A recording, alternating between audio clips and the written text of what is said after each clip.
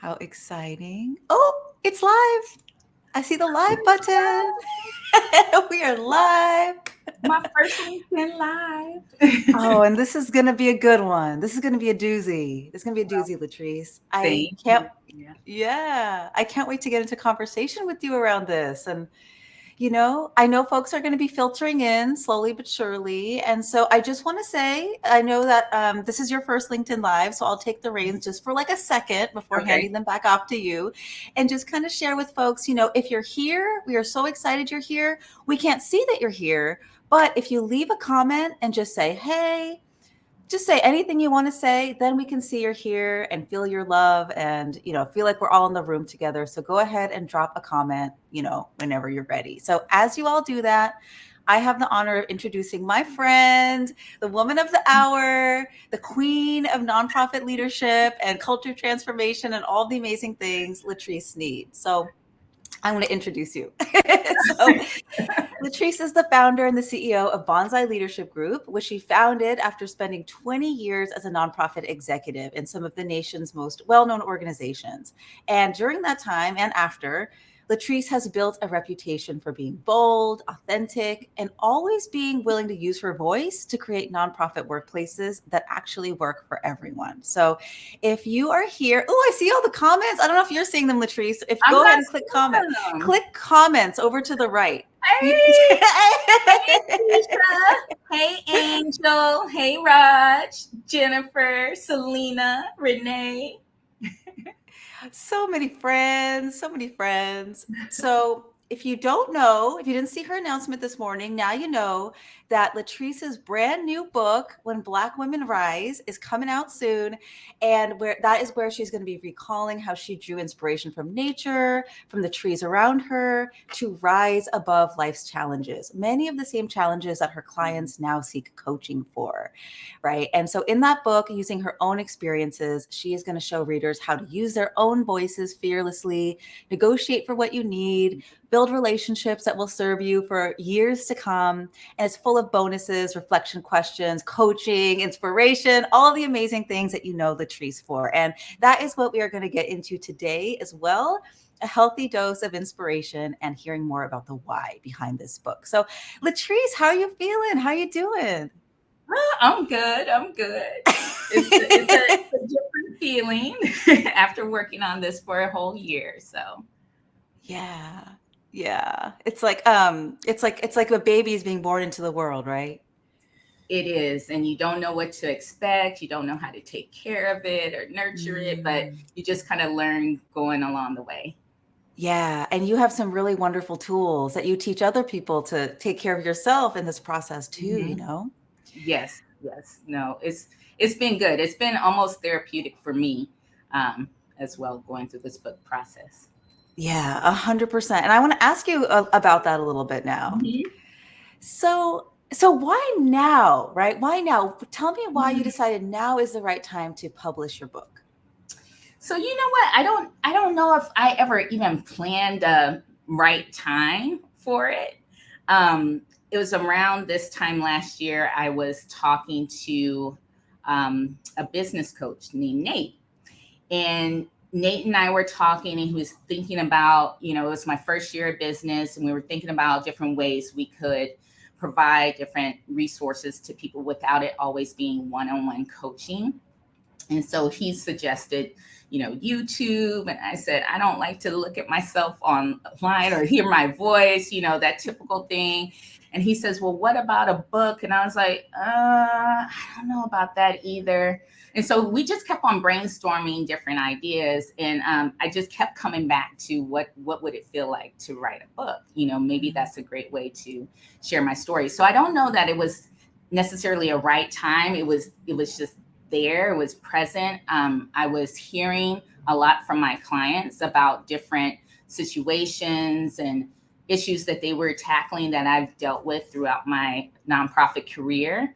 And I wanted a tool where people could kind of just learn from some of my experiences, because that's not what coaching is about. Coaching is about that client, that person. So sometimes I'll have a client that says, well, how did you tackle this, LaTresse? And I say, this is not about me, this is about you. And so this was a chance to just share some of my experiences and how I dealt with some of the same issues that some of my clients are dealing with. Yeah, I love that. So I know that this book is really geared with your clients in mind. So tell me a little bit more about like who your clients are. Like who is this book really for? So the book is called When Black Women Rise. It's geared specifically towards Black women, but really any nonprofit leader can learn from the experiences that are shared in the book. I talk about things from dealing with racism to fear to failure, finding clarity, building your personal brand. So there's a lot there for anyone to learn from. Yeah. And I would say probably both nonprofit leaders themselves and the folks that are supporting them, managing them, maybe board chairs, things like that. Maybe they'll learn to lead in a new way. Yes.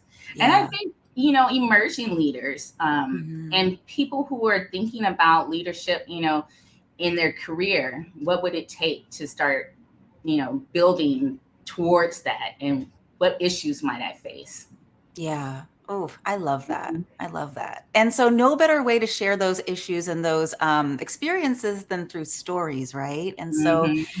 I've gotten to read the first chapter, which you all can see down here. You can get the first chapter of it for free if you click on that link below.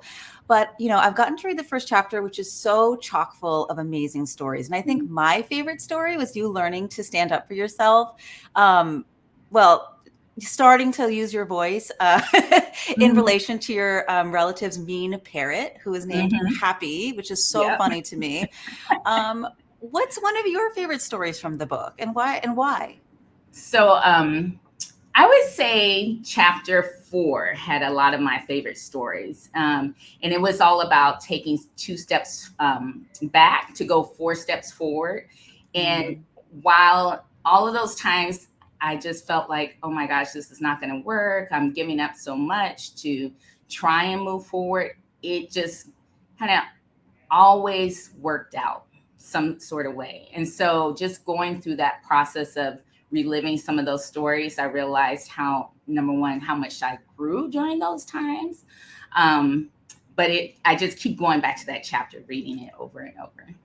yeah, chapter 4. So, what period of your life was that? Were you at a nonprofit? Were you an entrepreneur at that time, or what was that chapter Yeah. kind of about?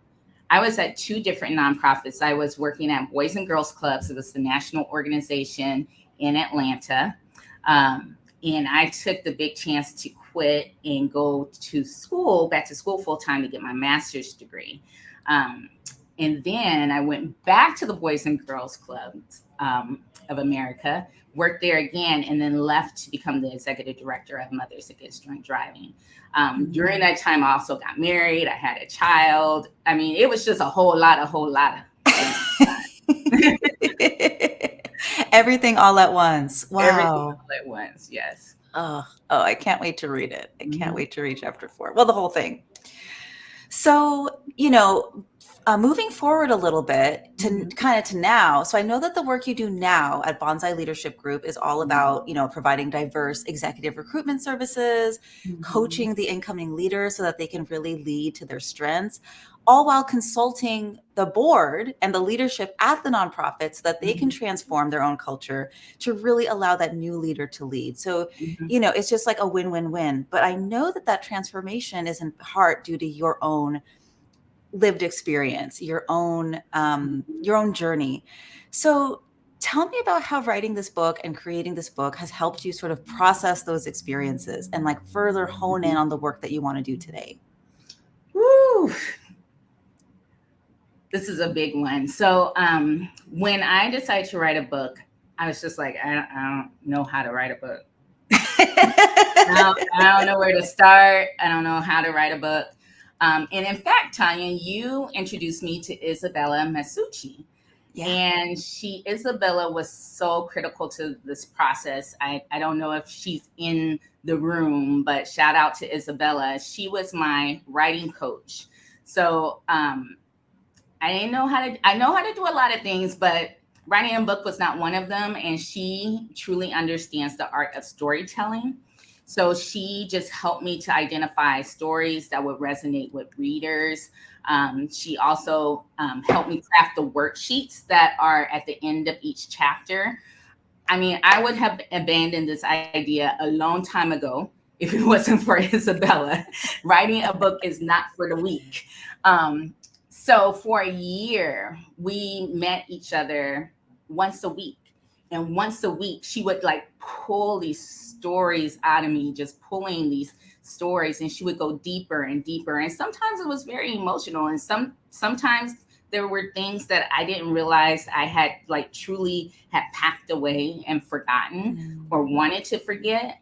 Um, and then I remember one time talking to her about one story that just made me so mad at the time. And then I thought, if it hadn't have been for that experience, I wouldn't be doing what I love right now. So it was just an emotional roller coaster throughout the process of writing the book. But again, shout out to Isabella.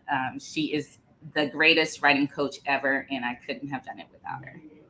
Isabella is amazing. And I don't know if you can see the comments over there, but she is here and she is really, really wonderful. And I just have to reflect back how incredible it is that through the process of creating the book, you're able to like really see your timeline and your lived experience and just fully know and embody the fact that like you wouldn't be doing this work that you know that you love so much if it hadn't been for those experiences. So Yeah. it doesn't make it right that you had those experiences, but it Mm-hmm. also creates it like gives it a reason. It gives it a reason, Mm-hmm. you know? Yeah. So I have quite a few more questions for you, but I want to let the audience know that if you have a question, if you have a burning thought, question, something you've always wanted to ask LaTresse, something you want to know about the book, you can also go ahead and put a comment a question down in the comments, and we'll be taking some questions from the audience as well. So as people put their thoughts there, I want to ask you, LaTresse, what's the biggest takeaway that you would want people to remember as they read the book? What do you want them to take away? Mm-hmm. I would say there are probably two things that I want them to take away. So one is you already have the tools around you to overcome any obstacle that you're facing. It's just you have to think about it in different ways. So there's always something around you that can help you get over that obstacle. And then number two, I think a lot of us tend to think about, all the things that could go wrong sometimes. And so I want people to take away the question of looking first at what can go right. So what could go right, and I think that's a different way that most people don't start there. They start to talk themselves out of things. Oh, this could go wrong and that could go wrong. But what if it all went right? What would life be like? Yeah. What if it all went right? I know. And what if it all went right and that's not necessarily going to show up right away, but trusting the process and knowing that eventually you'll get to where you're meant to go, Yeah. Um, and I know that you have a lot of worksheets and questions, coaching tools in the book, which is like so fabulous, like having LaTresse in your pocket. Can you think of like maybe even just one of the questions that you included in there that you would want, maybe your favorite coaching question that you love asking, your clients? Well, this is one.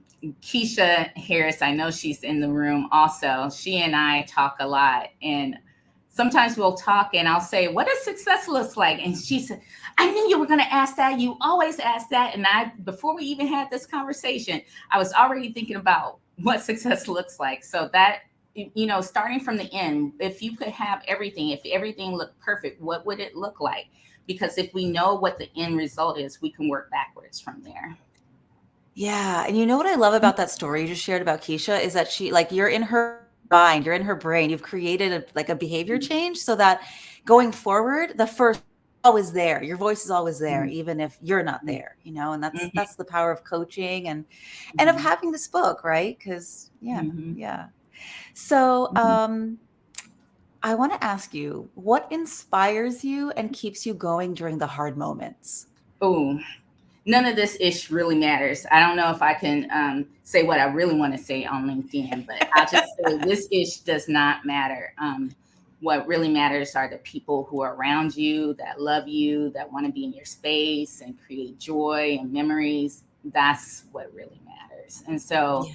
just remembering that whenever the moments get hard, that's what keeps me going.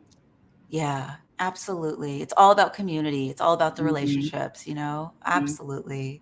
Mm-hmm. So, I have a question for you, and feel free to ponder for a while if you'd like, because this is a big question. But what do you hope will happen as a result of your book being out in the world? Like, what's your big dreamy vision that this ripple effect of the book will create? Okay, you asked that big dreamy question, and I'm thinking, listen, there's nothing earth shattering in this book. I don't know about that. I don't know about that, LaTresse.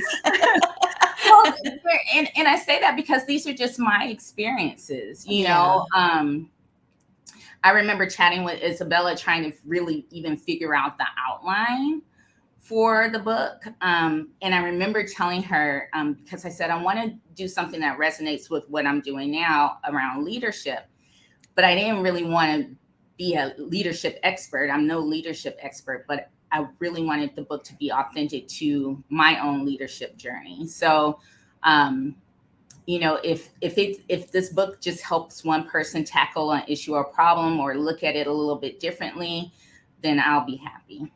Yeah, well, no doubt in my mind that it's going to do that. And the truth is, if it impacts even one person in this, as an emerging leader, as a leader at a nonprofit, we are so interconnected that it's going to have a big ripple effect on everybody in that person's life. So, I mean, yeah, I just can't wait to see what the change is. I think you're going to be surprised. I think it's going to be more earth shattering than you think, but that's okay.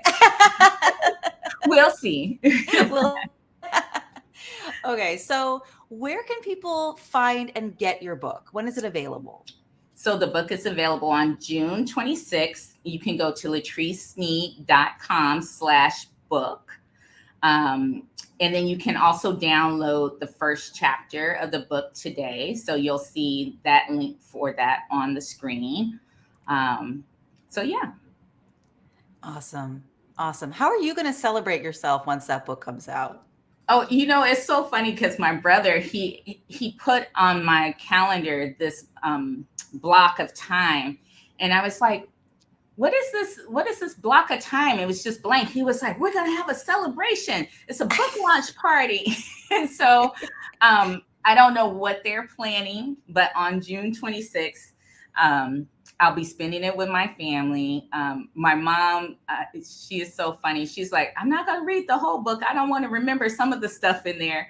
But she is very, very happy. Personally, I just love creating just spaces for self-care. And so I'll probably do something like a nice little massage or spa day or something like that. Good, good. You deserve it. You deserve it. That's awesome.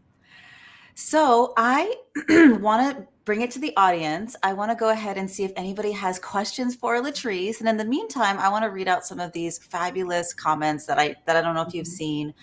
Janelle Hartley says, your experiences inspired me to start my own business. I realized I was not the only person with similar experiences. You gave me the courage to step out on faith and know my worth. Oh my gosh, that is so... Janelle. I'm happy for you, Janelle.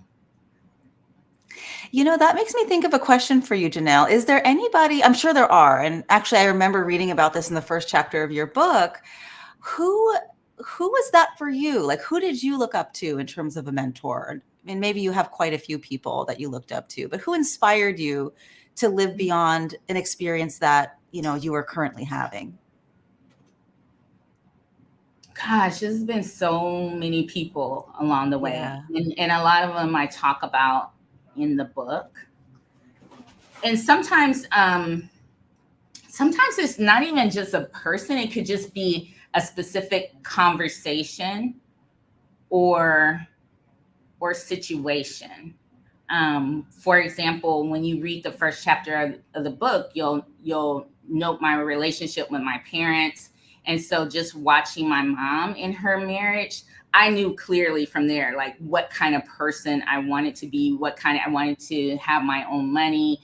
I wanted to be able to control my own life. I didn't want anybody to control me. So there were just different situations along the way that helped me kind of define and inspire me. Yeah. Yeah. Beautiful. Okay, we've got some questions. Okay. So, my first question from Becky is, how do you remind yourself of the mindset shift around like, what if it all goes right? And I totally get this. Like in the moment, like it's very easy to think, to be stuck in that mindset of what if it all goes wrong.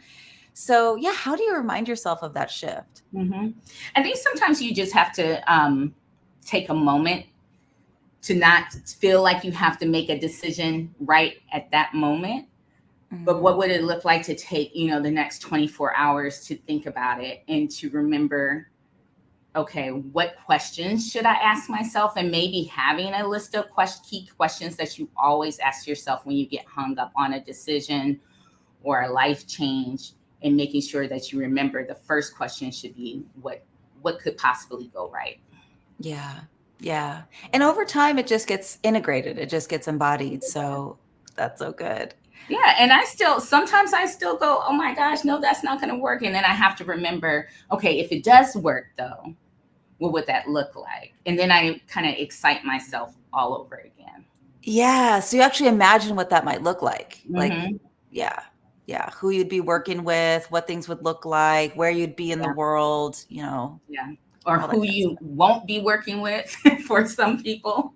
Yeah, yeah.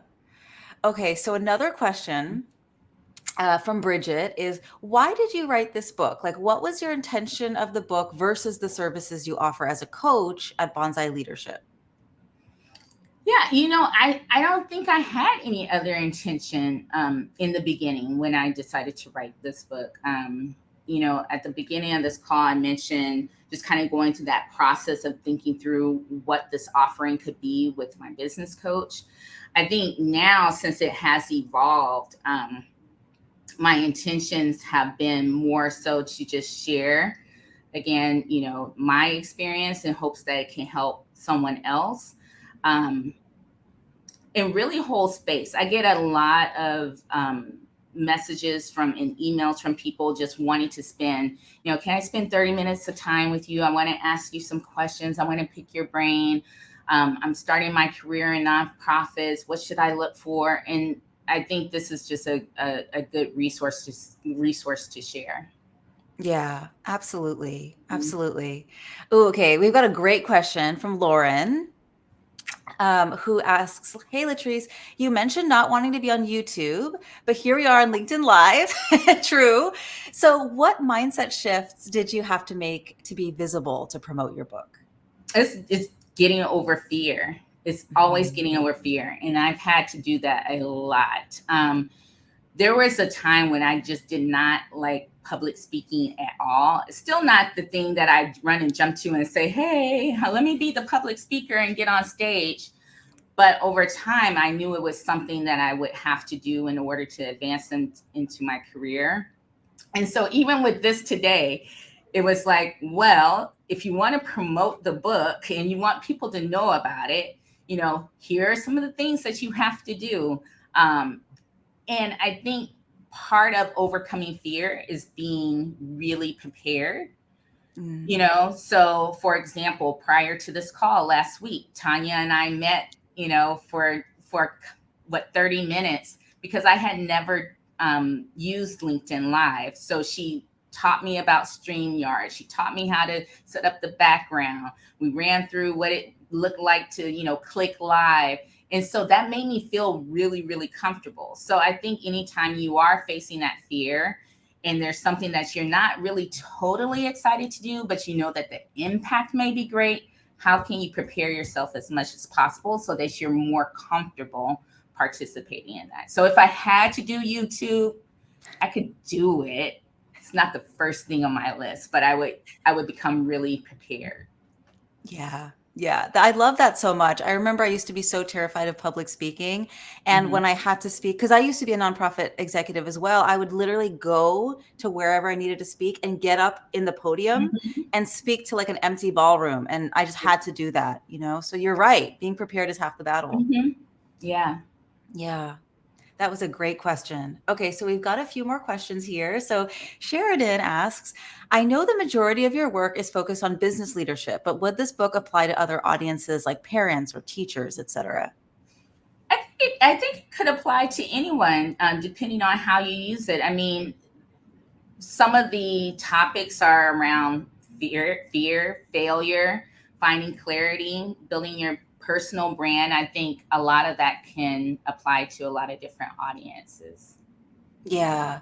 And as just from having read the first chapter, I think it would definitely apply to parents and teachers because you talk a lot about your childhood and growing up. And I think those lessons would be definitely applicable to people who Mhm. are interested about young people as well. Yeah. So totally. Okay, so I want to ask Jalacia's question first and then Becky's. So Jalacia asks, what's on your bookshelf?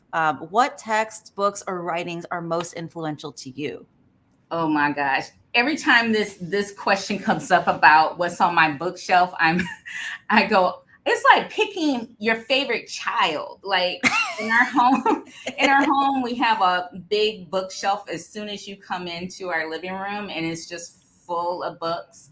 I read a lot of leadership books. I read a lot of, I mean, just fiction, nonfiction. I was one of those kids that used to read, the back of the cereal box, the back of anything.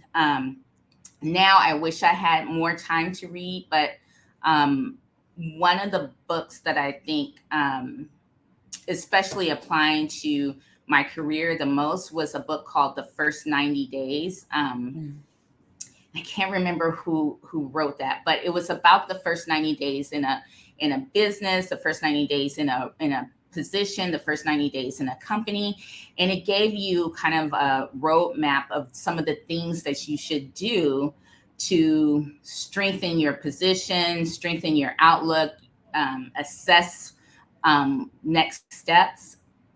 And a person, I can't remember who recommended this book to me, but I remember thinking, wow, I wish I had this book like 10 years prior to learning about it. So I've recommended that book to a lot of people since then. But I also just enjoy, like I read Black Cake by Charmaine Wilkerson. That one was good. And then, oh, Valerie Burton. She Mm. is an executive coach. And in fact, she was the first executive coach certification training that I took. She leads an organization called the CAP Institute, and she's written so many books about leadership, about coaching, about how to show up, how to communicate. She's just been really awesome. So any of Yeah. her I books are great. I remember you telling me once that you actually traveled to see her live, right?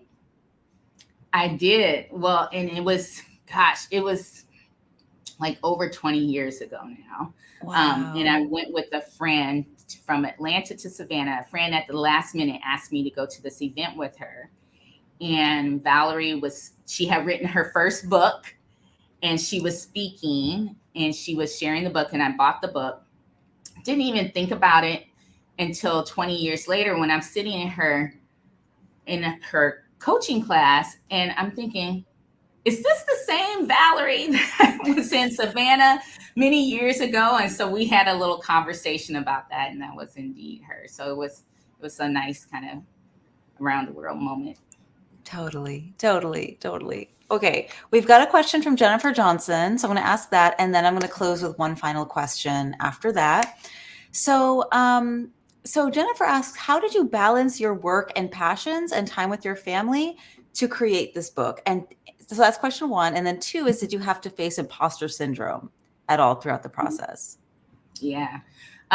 So balancing work and family, it's actually been a lot easier now that I've been working for myself to kind of have that work-life balance. So sometimes for example, on Fridays, I don't typically work on Fridays. But if I do, I'm not working on another day. But I would schedule time to really focus on the book. And so I think anything that you're committed to, if you really schedule that time and commit to it, just like you would any client, any partner, any other meeting, that becomes a priority. So just making sure that I had time for it. Like I said earlier, Isabella and I met once a week for an hour each week. We would put those meetings on our calendar far in advance. So those became very critical to me, in helping to support the process. Imposter syndrome, of course, sometimes, but I've also, one of the things that I believe in is like, I'm me, and I know I'm not for everybody. I know what I know, and I believe in myself.